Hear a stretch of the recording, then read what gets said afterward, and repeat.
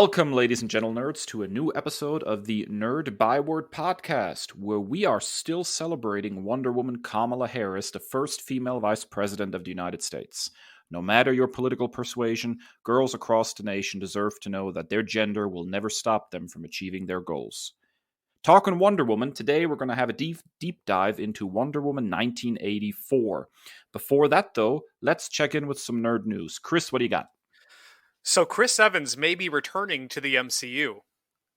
Nearly 2 years after Evans' Steve Rogers passed on the shield of Captain America to Anthony Mackie's Sam Wilson in Avengers Endgame, and stating quite firmly that his time as Cap was over, it seems that the winds of change may be forming. Deadline reported that their sources claim Evans would return in a supporting role in at least one film, with a possible second one on the horizon. The situation would be similar to what Robert Downey Jr. did after Iron Man 3, which is joining films like Captain America Civil War, Spider-Man Homecoming, and the Avengers films, but never a solo franchise. With The Falcon and the Winter Soldier set to release on Disney Plus on March 19th, starring two Steve Rogers adjacent characters, Mackie's Sam Wilson and Sebastian Stan's Bucky Barnes, the addition of these rumors makes the anticipation for that series and the future of the MCU at large all the more fascinating. However, Evans downplayed the news on Twitter, saying, "News to me," with a shrug emoji. However, this has been a tried and true tactic for the extremely secretive Marvel Studios. A recent example would be Tatiana Maslany outright denying rumors of her casting as Jennifer Walters' She-Hulk, only to have the news confirmed a few weeks later by Marvel boss Kevin Feige during Disney Investor Day. On the prospect of the Rogers return, Anthony Mackie said, "I've heard that. I've seen that, and look, Chris is my boy, so if they're getting the band back together, I'll be very happy with that." What say you, Dave? I'm not sure how to feel about this one, actually. On the one hand, I adore Chris Evans' portrayal of Steve Rogers.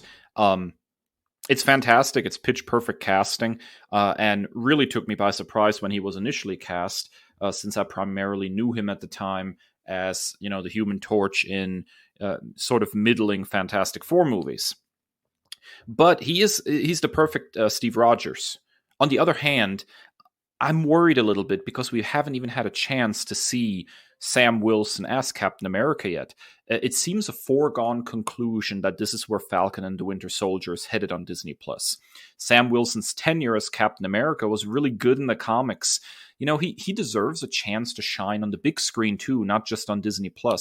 And I'd hate for Sam Wilson's tenure to be limited to a TV series, and when the MCU returns to the big screen with a new Avengers movie or something, suddenly, Evans is back to reclaim the mantle. I think that's a little tone deaf, not taking advantage of the storytelling opportunities provided by an African-American Captain America and swapping him out on the big screen immediately for his white predecessor. I don't know, man. I think they need to tread carefully with this one. So yeah, more Chris Evans is good by me, but let's not deprive Sam Wilson of a chance to shine as Captain America on the big screen first. Yeah, I'm kind of the same mindset. I read a little bit of one of the volumes of Sam's Captain America, and Steve did show up, albeit as the super aged state. This is the part where the Cosmic Cube had undone the anti-aging portion of the super soldier serum or whatever, so he was just regular old Steve Rogers, and it was very much a supporting role. So I don't think they're going to go that way, because it's one thing to have the one scene where Chris Evans is super aged, but I don't think that's a thing that you want to continue with for substantial amounts of time. So I'm pretty similar along that. Maybe if he's a supporting character or it's a cameo thing, or some people have even speculated an Infinity Stone series where you see him going back and putting them back in their proper time, which would play into an interesting situation on Vormir where he is reunited with the Red Skull. That would be interesting to see. So I'm along the same lines as you. I really want Sam to have his time to shine, especially with how kind of secretive they have been about the Falcon and Winter Soldier series. We haven't seen a whole lot. We haven't seen him in uniform at all as Captain America. So I really just want to let this breathe a little bit. And, with the pandemic delaying everything, we haven't had the time to appreciate Sam. I know it's been like 2 years since Endgame almost, but we not really in like, MCU time, because we haven't seen him on the screen since.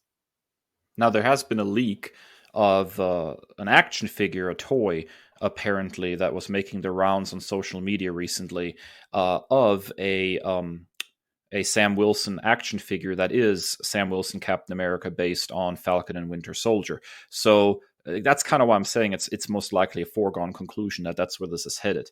And the uniform that leaked, if true, if accurate, is very close to his look as Captain America in the comic books.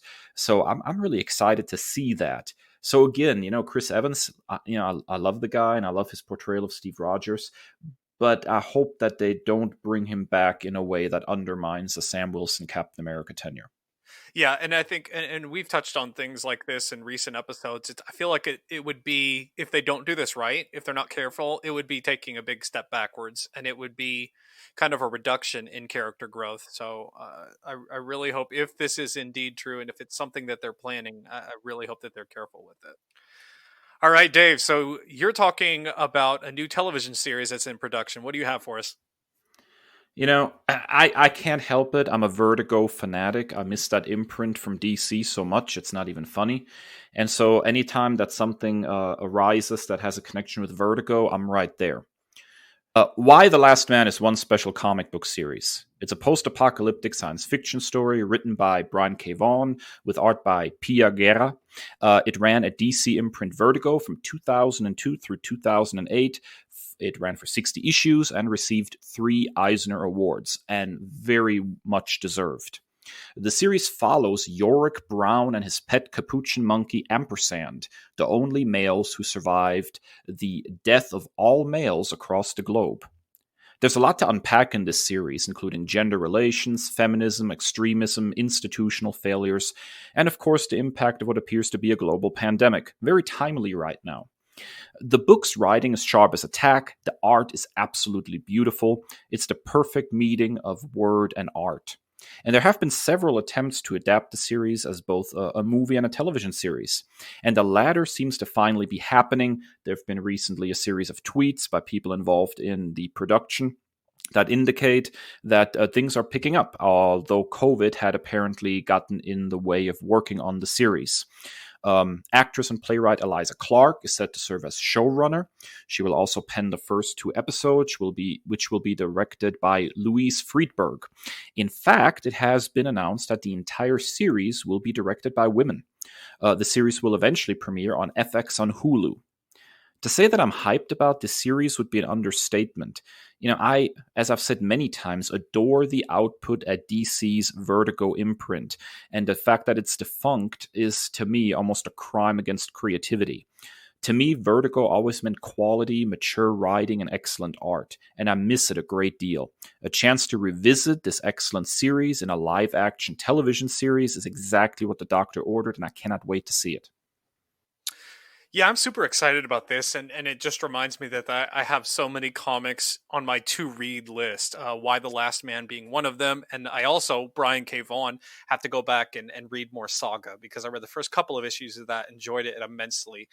It's just really out there and wild and super sci-fi, and it's right up my alley. So I've got a lot to read now that X-Men is out of the way. I've got some clear lanes ahead of me, but I'm super excited about this, particularly the fact that it's going to be directed by women. I think it's an interesting and proper way to tell this story, and the fact that it's going to be on FX on Hulu. Almost everything that I've seen from FX has been just perfect from me. I already recommended What We Do in the Shadows. That was amazing.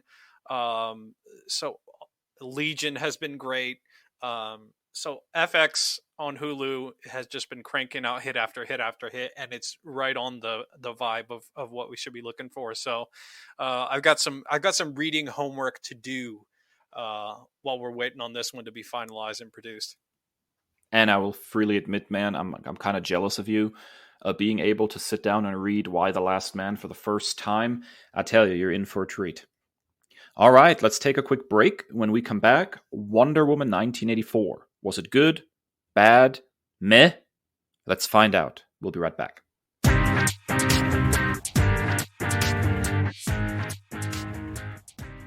And we're back. Now it's time to finally talk Wonder Woman 1984, DC's newest film that hit theaters and, of course, HBO Max. Kris and I each have selected 3 things we liked and 3 things we disliked about the movie. We'll try to alternate through these thoughts to figure out how we actually feel about this movie. Kris, let's go. What is one thing that you enjoyed about Wonder Woman 1984? 2 words, Pedro Pascal. I mean, the guy is on fire. Between The Mandalorian and now seeing him as Maxwell Lord, one of my favorite characters from Game of Thrones, pour one out for the Red Viper. Still not over that one. The dude is a powerhouse, and he is quickly ascending to what I consider to be like an A-list star, or what he should be. Like, that's his trajectory for me, because his presence in this film was absolutely like magnetic. You could not look away from the screen when he was in a scene. Like, I'm particularly thinking to the scene. By the way, full spoilers here. The scene where he is in the Oval Office with the president, who I assume was supposed to be Reagan, was a bit of a weird casting, but we'll get there. But where he is like in the face of the president and he's sweating profusely and his body is deteriorating. Like, it's just one of the best portrayals of a villain that I've seen in a long time in a superhero movie. So Pedro Pascal was my overarching favorite thing about this movie, and I want to cast him in everything. The dude is just amazing. Yeah, I like the cast in this movie in general. But Pascal has grown on me a lot, even just from his role in The Mandalorian. He's tremendously talented. I can't say that this version of Maxwell Lord is my favorite simply because, well, it's Maxwell Lord. The character, if you're familiar with him in the DC comic books, has a long, complex, and interesting history in the comics. And here, it's a little reductive. It's just basically the I want oil guy. And although there's more to the character, none of the nuances are really Maxwell Lord. Pascal, though, in his portrayal of this particular version of the character is fantastic. I wish the movie would have given him even more to work with. Seeing some of the complexities of the comic book Maxwell Lord on the big screen would have been nice here. But that particular problem, I think, rests solely with the script. Pascal himself was absolutely incredible.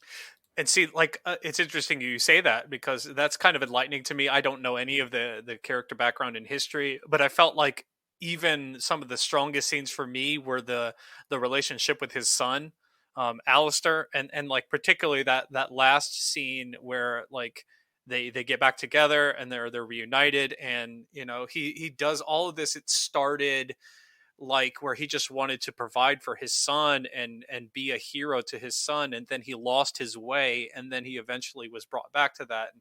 Like, it was just a really, really emotional scene for me, because I can relate. As a father, you want to be able to give to your kids, and you want to be able to provide, and you want to be a role model for them, and so it's like that balancing act of doing the right thing by your kids.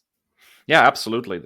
Like I said, I mean, the character is good and it's fantastically portrayed, but it's not Maxwell Lord for the most part. And I guess when you whip out a name like Maxwell Lord and put him in a Wonder Woman movie, there's all sorts of context for fans of the character and for fans of Wonder Woman that there's a certain level of expectation that was simply not met. If they would have not called this character Maxwell Lord, I think it would have been much less of a problem. All right, Dave. So first up on your like list, what do you have?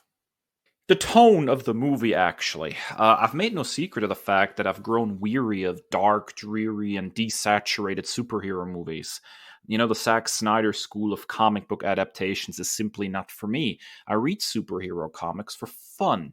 I love the bright costumes, the over-the-top action, the epic stories. But above all, I love superhero comics for their optimism and their hope. And the good news is that Wonder Woman 1984 has that. The colors are bright, The hero is heroic and the story is epic. The tone of the movie is just right. It reminds me a lot of Superman the movie with Christopher Reeve. It's lengthy and it's not wall to wall superheroics. The movie concerns itself with its characters, its relationships, and it doesn't mind to meander a little bit in order to achieve some character work. Now, there are some unfavorable comparisons we can make to Superman the movie too. But overall, I like the tone of this movie. It's a step in the right direction for DC movies, much like Shazam was. There's heart here and an actual color palette, imagine that. Most importantly, to me at least, there's hope and a belief in the inherent goodness of the world. And given the state of our world right now, I can always use a little more hope. Yeah, I would totally agree with this. And this borderline touches on my second like of the film, which I'll get more in depth to when we get there. But I totally agree with you. And, you know, and I think I've said this on the podcast before, is like a show like Gotham, where it brought me when I was in a mental state when that show came out that was very fragile. My mental health was not in the best place. And then to just watch like a show that's centered around villainy, and it almost like it glorified the villains and their origin stories without a lot of hope. It really shook me. So I had to, for my own health, I had to move away from that show, and I couldn't watch it anymore. And so like seeing a lot of iterations of this dark and gritty, and it can really put me in a bad place. So I also opt for the optimistic stuff because it's that escapism. You want the good guy to win at the end of the day, and to prevail over the villain. And so I would totally second your sentiments there. And I will say, I don't necessarily think there's no room for darkness in superhero movies if it's appropriate for the character. Batman in particular lends itself to that kind of storytelling, and that's probably where he functions best ultimately. Although there are alternate interpretations, but a character like Wonder Woman, a character like Superman, these are bright, optimistic, hopeful characters, and seeing Wonder Woman placed firmly in that sort of situation, in that sort of movie, was definitely pleasing. Yeah, and so I think, and I agree with that. My main issue with a lot of the recent Batman content that we've gotten is that I think it's darkness for darkness sake and grittiness for grittiness sake, because when I grew up with Batman, it was, yes, he lives and then he inhabits Gotham, this dark and corrupt place, but he wants it to be a better place. So he's a driving force for good and justice and all of this thing, despite the world that that he lives in. And I think that a lot of that has been lost in current versions of the character, and it's really hard to see the light in the darkness. Yeah, you know what? I can agree with that. And I'll also say that if you're worried about, the Batman content we've gotten in recent years, DC Comic Books has you covered based on its April solicitations. There's like 18 Batman-related comic books coming out that month. So maybe we can find something that fits a little better to what we're actually looking for out of the character. All right, Kris, let's go ahead and flip it around and see your first dislike. What did you not like about Wonder Woman 1984?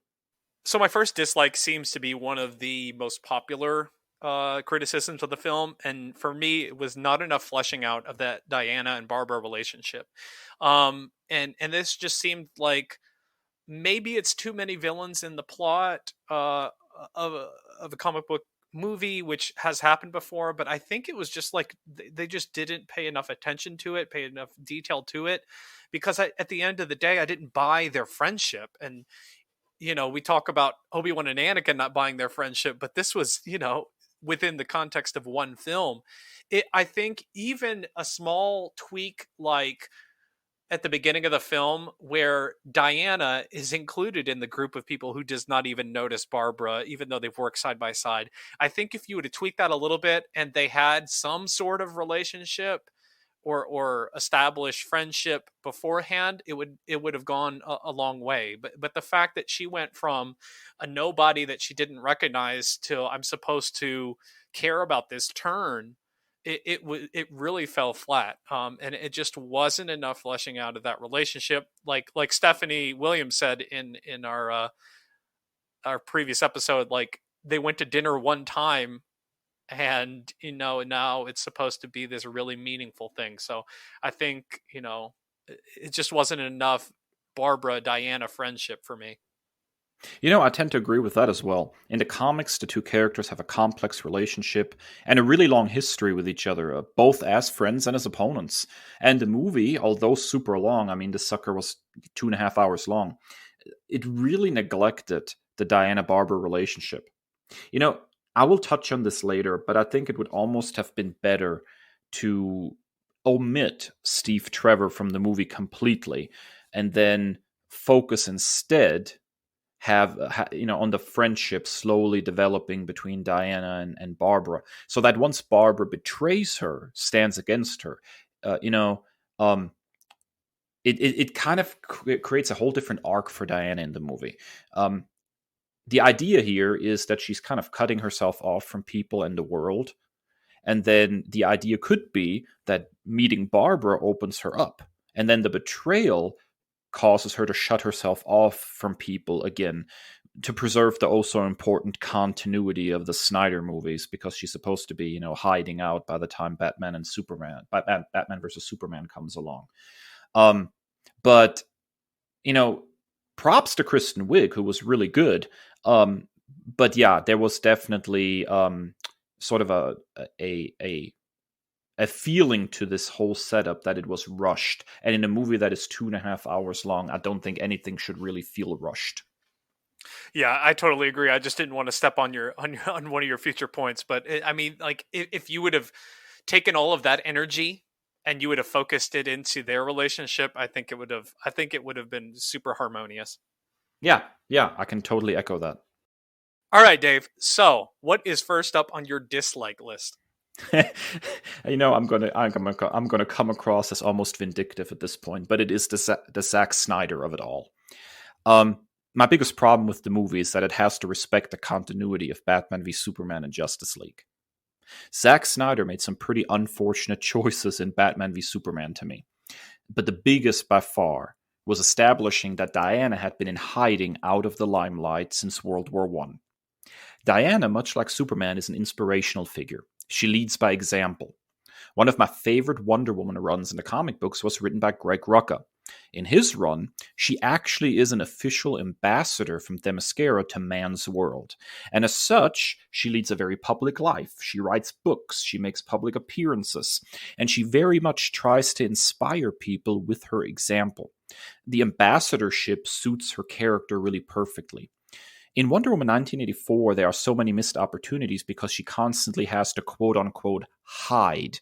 In the mall, in the opening scene there, she has to destroy surveillance cameras after she's already been seen by the cameras and everybody else, because they're trying to preserve this continuity with Batman v Superman. But the worst offender to me is the climax.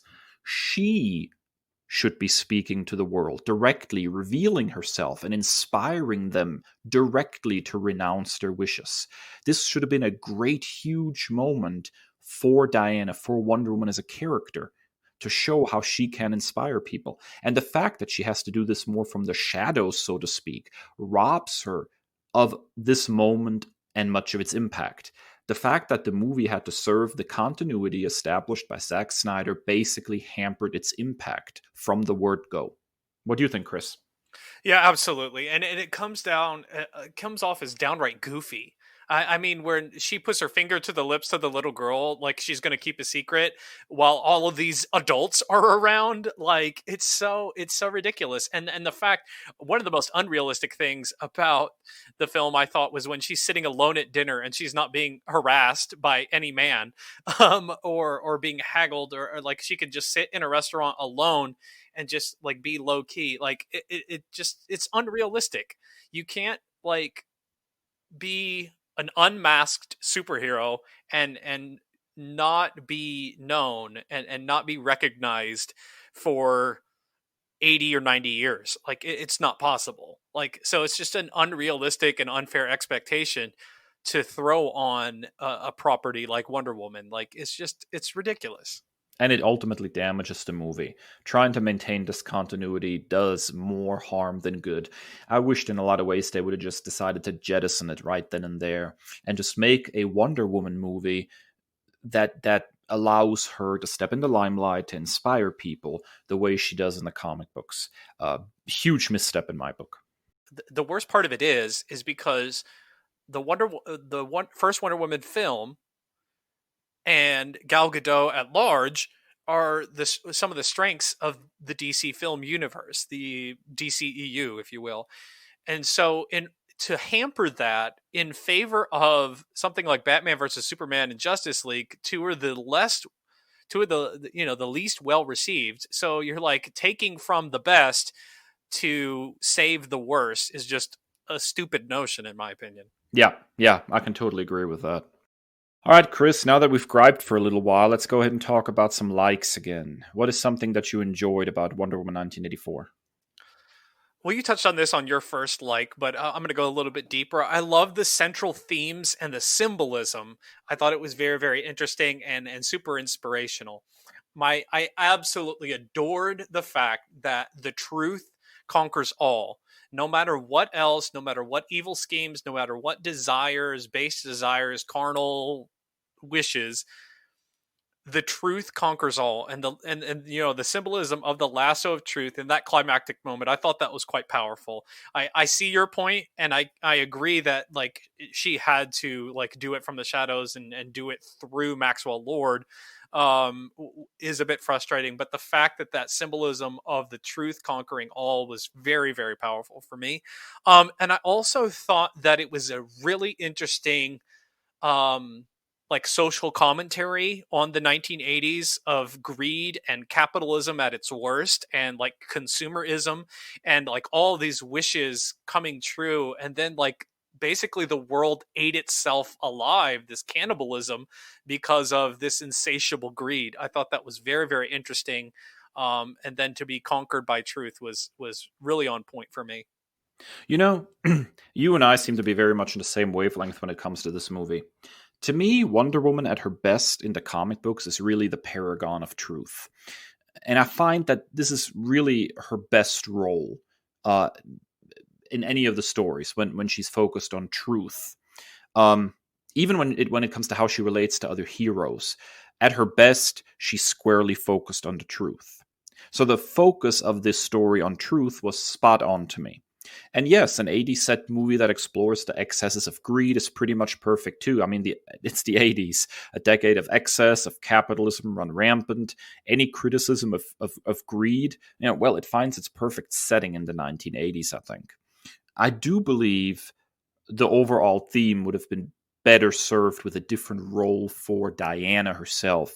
I think she feels a little disconnected from the overall thrust of the narrative because she's basically shunted aside as like this museum worker, basically. Um, and I think there would have been better places for her, a better backdrop for her character when the movie starts out. But again, we have to maintain this continuity with the Snyder movies. Um, I think that part of that is also kind of the Jeff Johns of it all. He was involved in writing the script again. Um, the perception in DC movies that somehow Jeff Johns' interpretations of characters are the be all end all. I've never been a huge fan of his take on Wonder Woman. I'll go back to what I said earlier. I think if she would have been like an ambassador or something, like she was established in Greg Rucka's run, I think she would have been much better positioned to be somebody who is, looking for the truth in this situation, not just, on some kind of personal quest to figure out what happened with Steve, but a larger quest for truth, for as a representative of her people. I think that would have been probably a step in the right direction to make these themes pop even more.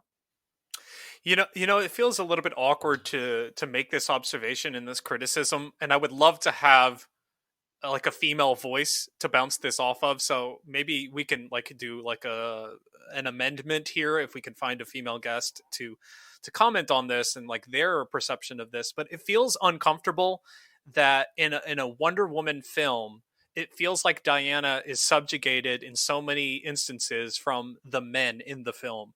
Like she has to speak through Maxwell Lord at the end. She is just pining away for Steve Trevor for 70 years and can't do anything without her man.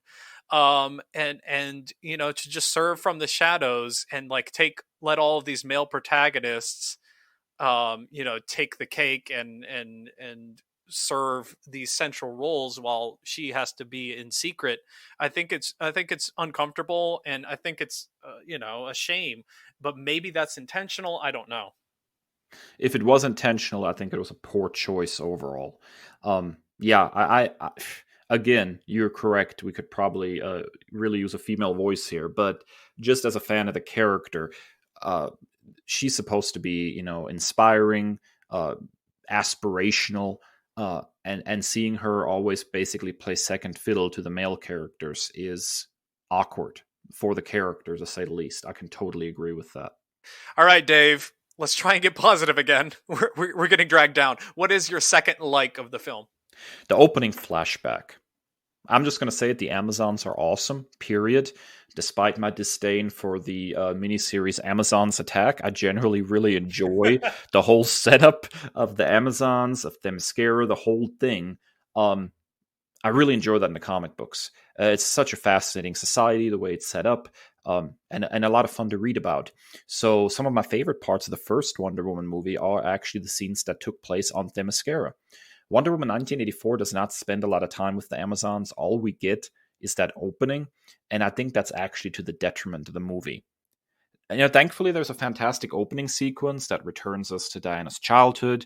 You know, there's been some statements floating around online that Warner was interested in cutting this part and starting with the mall action sequence, and I think that would have been a huge mistake. I think we needed this reminder of where Wonder Woman came from and her cultural background. There was a lot of visual fun to be had here, and with a movie that is fairly light on action overall, I think this scene, you know, got the audience pumped for the movie. I would argue that the entire opening scene had me more enthralled than the rest of the movie. I wish there would have been significantly more Amazon scenes. Again, this is one of those things that I think holds back this movie, is this continuity with the Snyder movies.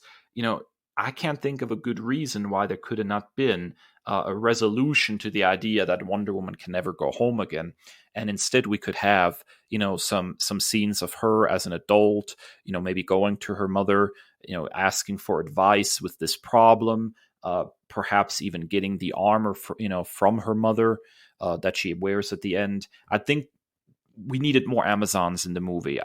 That's one of the things that makes Wonder Woman a incredibly unique character, is her background. So I think not including that more was a misstep. I had to really love that opening scene. It's probably the best scene in the whole movie. Now, when you say Amazon's attack, I can't get the image out of my head of Jeff Bezos and his Lex Luthor doppelganger-ness. So now I'm thinking like this fan fiction of where, you know, we have some weird storyline where Amazon attacks. But I will totally agree on the opening flashback. It was a bit like, oh, it was a bit of a surprise for me. Like, oh, we're going back to Themyscira. Like, what's going to happen here? But I think the most powerful thing to come over that to come out of that scene is it serves that central theme that I referenced earlier of the truth winning out no matter what, and her mother, no matter even as like resourceful as her taking that shortened path was, where a lot of parents would have been like, hey, good job, you know, like you improvised or whatever. And it just drove home that point of the truth. You cheated, you can't win. That's it. End of it. I don't care what happened. Nope. The truth conquers all, and that, you know, overwhelming. I think without, if you were to cut that scene, I don't think the ending would have packed the punch that it did, because you set that up as a precedent and then you drove it back home. It was a perfect bookend there. I agree. But I'll stand by what I said. More Amazons in the next Wonder Woman, please. Let's go back to Themyscira. Let's resolve that problem. Let's go ahead and have her have some contact with her people. I think we're missing out on tremendous storytelling opportunities by shunting her away from her people like that. For sure. All right, Chris, this was our positive round. Wow. Let's go ahead and hit something a little more negative. What is your next dislike? And this, okay, so this might just be a personal taste. I don't know, but the whole 80s shtick is lost on me. I feel like we're at like a bad costume party for large swaths of the film. Some of it was tastefully done, and it felt like I was watching an old 80s film. But then when you get into like the leg warmers and the yoga outfits, it just felt really cartoony and goofy. And I know that some of the Steve Trevor stuff was quite popular with some people, and a nice nostalgia hit, but a lot of it for me just missed. So the 80s shtick was one of my dislikes. You know what? I'm going to go ahead and disagree with you. I love the 80s shtick. I don't think it was always necessarily perfectly executed, but I have a huge fondness for a lot of the cultural trappings of the 80s, and seeing those revisited, in stuff like Wonder Woman 1984 and stuff like Stranger Things, yeah, it does tickle my nostalgia bone. And I am it considered my kryptonite. You hit me with some 80s stuff, I'm probably going to be interested. 80s cartoons still rank as my favorites. I'll fight anybody on that. The 80s had the best cartoons. There's some really good stuff to come in the 90s, but man, just a glut of awesome in the 80s I'll never forget. I actually think there was a missed opportunity with the 80s shtick, and that's the soundtrack. I thought the soundtrack was seriously lacking in 80s tunes. There was never a real visual 80s theme, auditory 80s theme that ran through this movie. A soundtrack can have a huge impact on the tone of a movie. See Guardians of the Galaxy. The soundtrack needed more 80s tunes to really establish the setting, not just visually, but also, auditorially. And so in the end, besides the greed is bad message and its connection with the 1980s, I think the movie was in some ways, particularly on the soundtrack, not 80s enough. You know what? That's really interesting. And if they would have done that, maybe it would have tied it together. Maybe that's why it didn't work for me, is it felt kind of disjointed. I think back to like movies from the 80s that I really, really enjoy. My favorite, probably the Beverly Hills Cop 1 and 2, not 3. We don't talk about 3. No, we don't. And then, like Karate Kid. We also don't talk about 3 on that one either.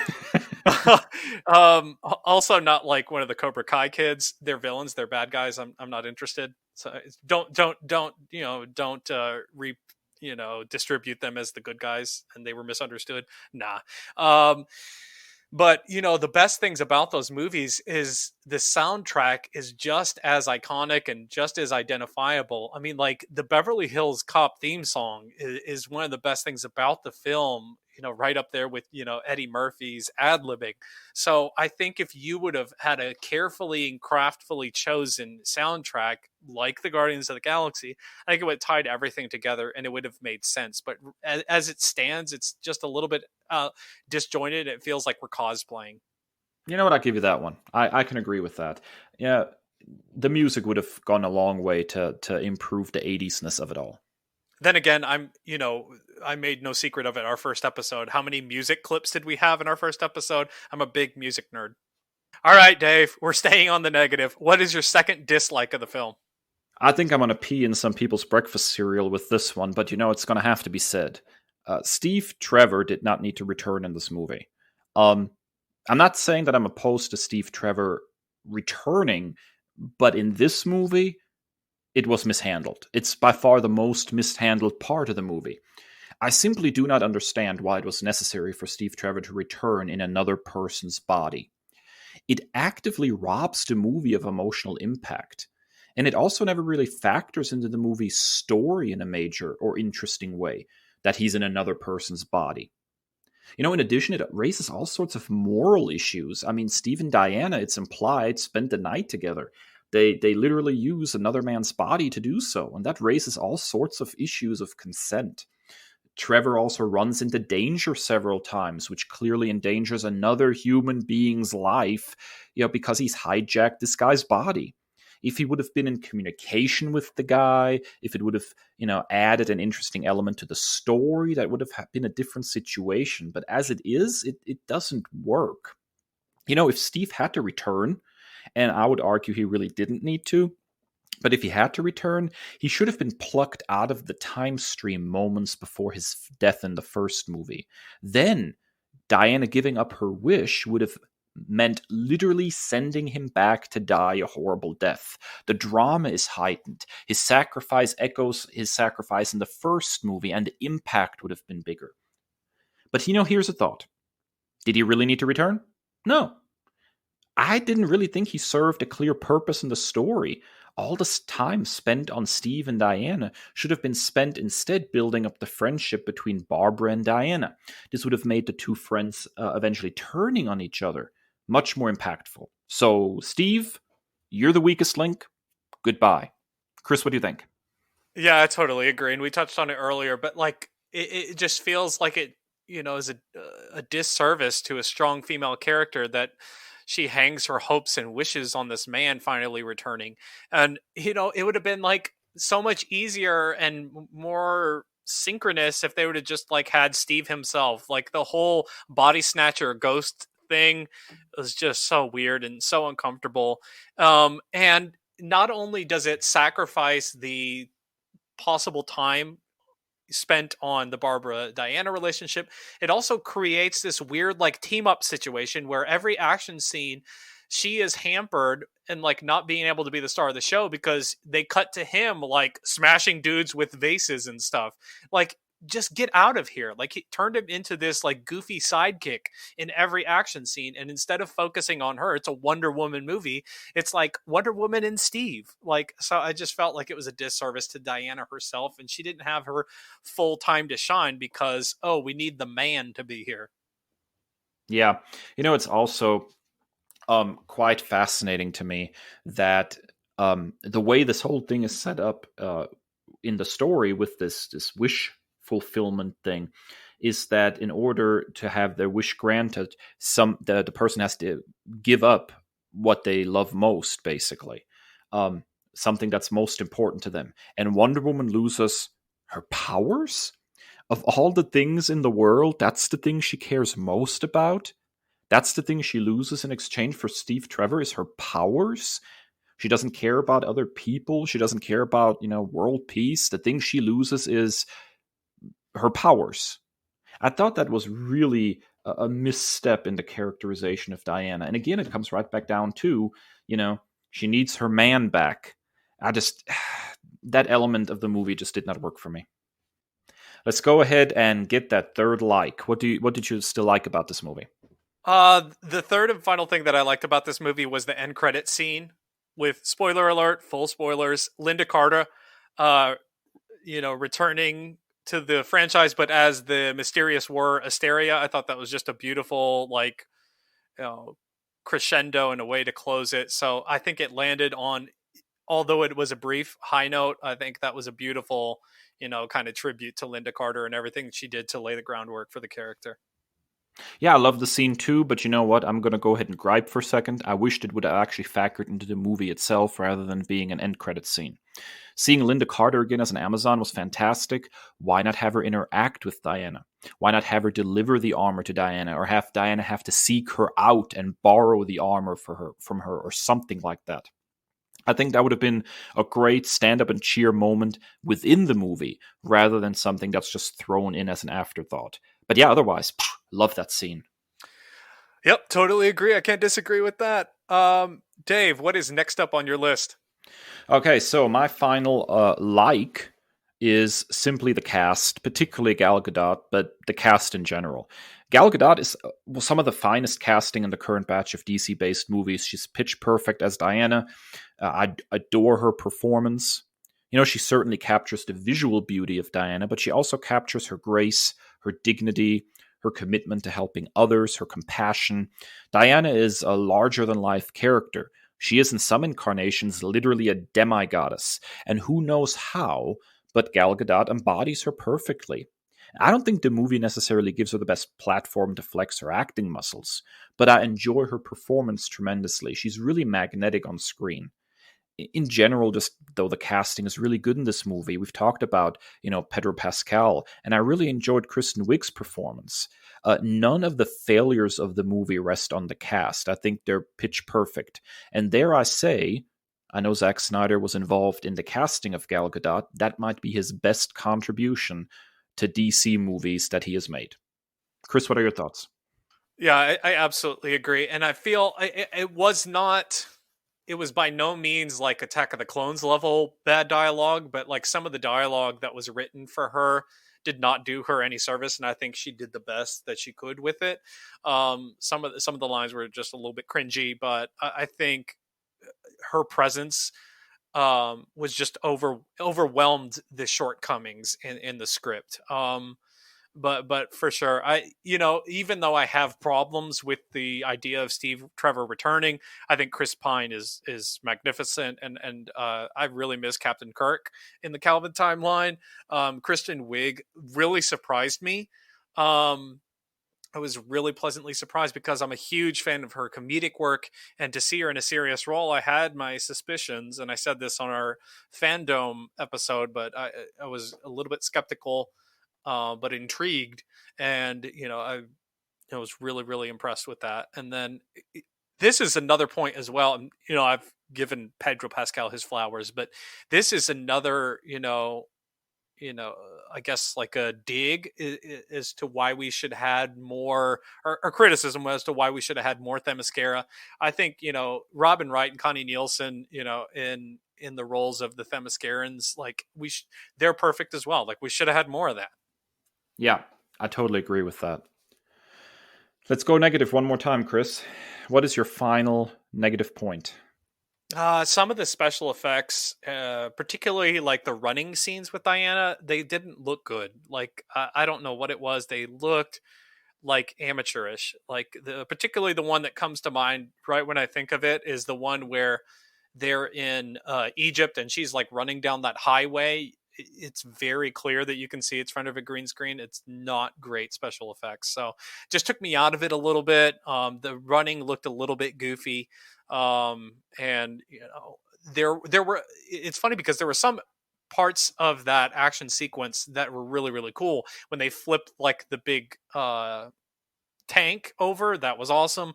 But something as simple as like running, it was really strange that they weren't able to nail that. I'm not nearly as picky with special effects as long as the movie really draws me in. Some questionable special effects are forgivable as long as the movie's good. I love Doctor Who with a red hot glowing passion, and that show is nothing but questionable special effects. But I think the problem with Wonder Woman 1984 is that the movie is a little slower paced with few action set pieces.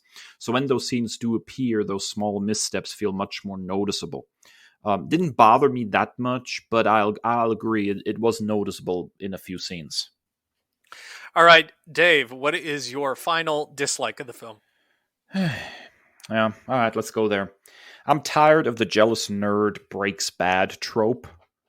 If your movie's villain recalls some of the worst in superhero movie history, maybe rethink your approach. Now, don't get me wrong, I've already praised Kristen Wiig's performance. It was very good. The writing on Barbara Minerva, though, was not. How often do we have to see a socially awkward nerd break bad and turn into a villain? What is the obsession of superhero movies with making nerds the bread and butter of the industry, the bad guys? Barbara has echoes of Jim Carrey in Batman Forever, of Jamie Foxx in Amazing Spider-Man 2, of, freaking Poison Ivy in Batman and Robin. This is not good. Those are some of the worst villains in superhero movies, period. Greg Rucka has done an amazing job with Barbara Minerva in the comic books. Look to his runs and use that as inspiration. But quit the tired, jealous nerd breaks bad trope. It was tired and played out 30 years ago. Do better. Yeah, and it's just like we're furthering this stereotype with nerds that like they can't function in larger society. Like it was cartoonish and goofy the way that they like treated her, like the coworkers treated her. Like it felt like a bad rom-com from the late 90s. Like like a she's all that type thing where like, oh, you put big thick glasses on her and then all of a sudden you take the glasses off and it's like this Clark Kent vibe that like, oh, now she's awesome and gorgeous, and you put her in these like fancy yoga pants and heels, and now she's amazing, because that's all the girl needs to be attractive is heels. Like it was just, it was so tired and played out, and bless Kristen Wiig's heart, she was doing the best she could with it. I did feel that like when she finally, the one scene where she went back to the drunk perp, like that was super powerful, and like I was a little bit scared in that scene, to be honest. So that was super powerful.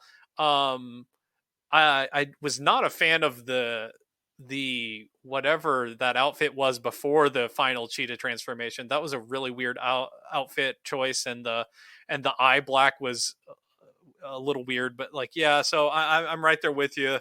Like, we've seen this story before and it didn't work, so why would you revisit it? Yeah, exactly.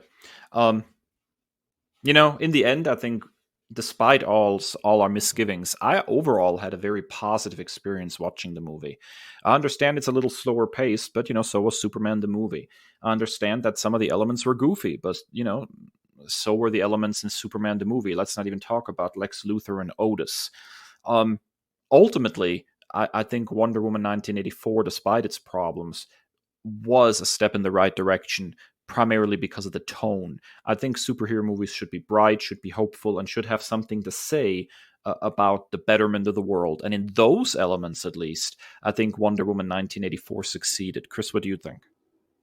Yeah, absolutely. I actually like loved the film. Like, I know that I had my criticisms of it, but like, oh, where does the quote come from? I think it's a James Baldwin quote. It's like, I love this country, and when you love something, you're able to criticize it. So I like really enjoyed this film, and overall, I would even like say that I loved it. I really enjoyed it. I felt better after watching it. And one more like that I meant to squeeze in here: the final fight scene with Cheetah. I liked it. I thought Cheetah looked cool at the end, and I thought the final fight scene was pretty cool. But overall, like, I will go and watch this again. Despite the few criticisms that I have of it, and it was a fun movie. It was uplifting and it made me feel good. And I'm hopeful and excited about the future of DC films. After watching this, and I got to be honest, moving away from the Zack Snyder universe, I'm excited. Yeah, I think I can echo that. Well, that's it for Wonder Woman 1984. What did you think? Hit us up on social media and let us know. Find us on Twitter and Instagram at NerdByWord and on Facebook at The NerdByWord. After another quick break, we'll be back with some nerd commendations. Don't go anywhere. Seriously, stay.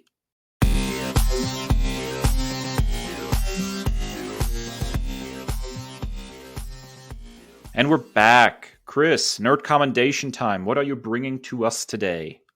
All right, this is history in the making. I'm recommending a DC book. Like, What? what is going on? Okay, and I'm also staying on brand with a Wonder Woman book, but this is a very, very recent one. So my nerd commendation for this week is Future State Wonder Woman #1 with words and art by Joelle Jones. I just love when a creator does the story and the art. That's just like amazing to me. Walt Simonson Thor, like I just super geeked out about that. Like, this is your baby. Like, we had Tom Scioli on, like he did all of that stuff with the Jack Kirby books. It's just fascinating to me. Like, this is this passion project. You also have fantastic colors by Jordi Belair. This is my first physical DC comic that I've ever read. Anything I've ever read of DC, the few and far between, stuff that I've done for the pod or previously, has all been digital. So this is the first physical DC comic that I've ever read. The Future State Initiative was incredibly intriguing to me, and I went a little bit too crazy with my purchases. My pull list made my arm muscles flex a little bit because I got a little too crazy. Of all the Future State books that I've read as of this time, this is by far the easiest one to jump right into. The other ones are pretty convoluted with timeline and continuity, and I'm just pretending that I understand what's going on as I'm reading. This one was a really, really easy intro. The design and the concept of Yara Flor immediately hooked me, and I've been waiting for this one to release for months. The art's incredible, and I find Yara to be incredibly likable, hilarious, and relatable. because she's perfectly flawed. Like, she's impatient, she's sassy, she's moody, nasty, a prankster, but you're still rooting for her like the entire way. She's super, like, she's like, there's a scene where she's waiting in line in the underworld to cross the river Styx, and like she didn't bring any money to cross the river to pay the ferryman, so she like tries to reach over and steal somebody's money in front of her just because she doesn't have it. Like, it's crazy, but like you can't help but love her. Jeff the Pegasus may be my favorite new animal sidekick in comics. There's like these great pages where she's just screaming for Jeff as she's fighting the Hydra. I was incredibly excited to see the mythological tie-ins and to follow the story going forward. She's traveling to the underworld to save one of her Themysciran sisters. Like, how is that going to turn out? I've also got Future State Justice League and Future State Superman Wonder Woman on tap. So I'm just super excited about reading this book, and it's really like giving me like a paradigm shift, and I'm leaning towards reading a lot more DC content.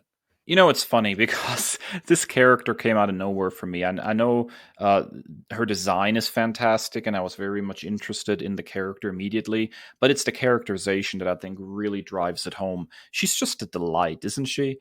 I mean, here's a character who was serving in the role of Wonder Woman, but she's not an idealized character. She's impatient, she's brash, she's funny. You know, so far, she's probably the best thing to come out of DC's Future State Initiative, and I've read a fair amount of it so far. I really hope they find a way to introduce her in the quote-unquote present-day continuity in some way. I'd love to see her more fully integrated into the DCU. I think she has, you know, the potential to be a breakout star for DC, similar maybe to what Miss Marvel accomplished over at Marvel. There's still room for new characters, DC. Not everybody has to be Batman or Batman adjacent with your 18 books coming out in April. You know, I think I saw something where she was going to be in a Wonder Girl book post Future State. So here's hoping. Yeah, I echo that. I would really like to see what else they can do with the character. So far, delightful. All right, Dave, you have a pretty extensive nerd commendation for us this week. Dare I say it's never ending? You know, I too, I too am staying on brand here by talking about something that is very closely related to the 1980s. You know, over the last few years, the 1980s have had a bit of a moment, right? I mean, Wonder Woman 1984, sure, but Stranger Things, a new Blade Runner movie, 2 new Ghostbusters movies. The list goes on. On the most recent season of Stranger Things, they dropped a major reference to another 1980s mainstay, the movie The Neverending Story. It was a major part of the childhood of many kids growing up in the 80s. And as somebody who additionally grew up in Germany, there's something that loomed even larger in my life, and that's the original novel. The Neverending Story, in German Die unendliche Geschichte, is a fantasy novel by the German writer Michael Ende and was first published in 1979. Bastian Bucks comes into the possession of a book called The Neverending Story. As he reads the book, he encounters a magical land in need of a savior, and he is shocked to discover that he is that savior, and he has to enter the world of the book. It's a pretty darn special novel to me. The movie does a somewhat decent job adapting the first part of the novel, but the sequels never quite managed to capture the rest of the story, or they downright ignored it in favor of an original and much, much worse story. The book is so much more than the movie. It's a meditation on transformation, on grief, on the power of our memories and how they shape us, and even on the act of creation and the power of imagination. It is without a doubt, to me at least, Ende's best book. And when it comes to German children's literature, it stands at the top. Like the best of all children's literature, it can be enjoyed by people of all ages. So my nerd commendation is for people to go and hunt down a copy of the English translation of the original Neverending Story novel. I think you'll be shocked how good it is and how favorably it compares to the actual 1980s movie. So this is really, really interesting because I recently watched it. I want to say in the last year or two, the first film for like the first time. It somehow escaped me as a kid. I was late. I was born in the late '80s, so most of my content was in the '90s. So yeah, so I really, really enjoyed it, and it was particularly, emotionally impactful. The one scene that I immediately think of is when his horse dies. So like I'm super, super intrigued, and it's just like the entire premise of the story is fascinating. It's like live action, almost like virtual reality before virtual reality. Like you're living this adventure. So I can't wait to dive in. And I will also say that I highly recommend, anybody who wants to pick up an English edition of this book to get the hardback edition, not the paperback. The hardback actually imitates the way the book was first published in Germany, which is that it is actually printed in two different colors. Rather than just in black ink. One color symbolizes the story of the book, the never-ending story that Bastian is reading. The other color symbolizes the quote-unquote real world that Bastian inhabits. And so when he actually transfers over into the story of the book, then his story also turns the color of the never-ending story. It's a fascinating device, actually, and they did not try to imitate that in the paperback English edition, which I think is a huge misstep. It kind of takes away from the experience. So if you're looking to pick this one up, try to find the hardback edition, which actually has the colored printing in it. All right, well, that's it for another episode of the Nerd Byword podcast. Thank you so much for joining us. If you enjoy our podcast, please give us a rating or review and subscribe on your favorite podcast platform. We're available wherever podcasts can be found, including Apple Podcasts, Spotify, and of course, YouTube.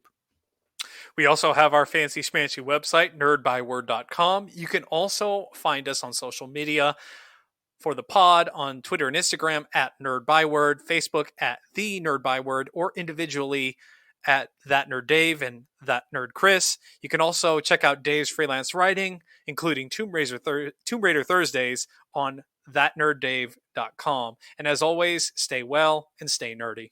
The Nerd Byword is written and produced by Kris and Dave, two nerds with a love of all things pop culture. The podcast features music by Al Jimenez and show art by Ashery Design.